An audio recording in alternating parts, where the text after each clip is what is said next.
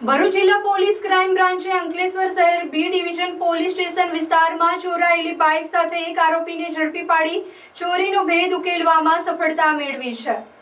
ભરૂચ જિલ્લાના in charge police અધિક્ષક અજયકુમાર મીણા તરફથી વાહન ચોરીના ગુનાઓ અટકાવવા અને વણશોધાયેલા કેસોને ઉકેલવા માટે મળેલી સૂચના અન્વયે એલસીબીના પોલીસ ઇન્સ્પેક્ટર એમપી વાળાએ ટીમો બનાવી સઘન પ્રયાસો હાથ ધર્યા હતા।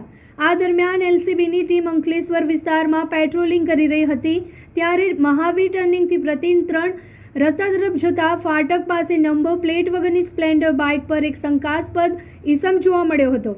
પોલીસે તેને રોકી બાઇકના કાગળો માંગતા તે રજૂ કરી શક્યો ન હતો। સઘન પૂછપરછ દરમિયાન આરોપી વિપુલકુમાર ઝાલા ભાગી પડ્યો હતો અને કબૂલ્યું હતું તેને આશરે 3.5 મહિના પહેલા અંડાળા વાઘીવાડા રોડ પરથી આ બાઇકની ચોરી કરી હતી। તેને જણાવ્યું છે કે બાઇકની નંબર પ્લેટ કાઢી નાખી હતી અને તેને છુપી રીતે ઉપયોગ કરતો હતો। પોલીસે આરોપીની ધરપકડ કરી તેની પાસેથી ચોરીની ₹20,000ની બાઇક નંબર GJ16DF 9275 કબજે કરી છે।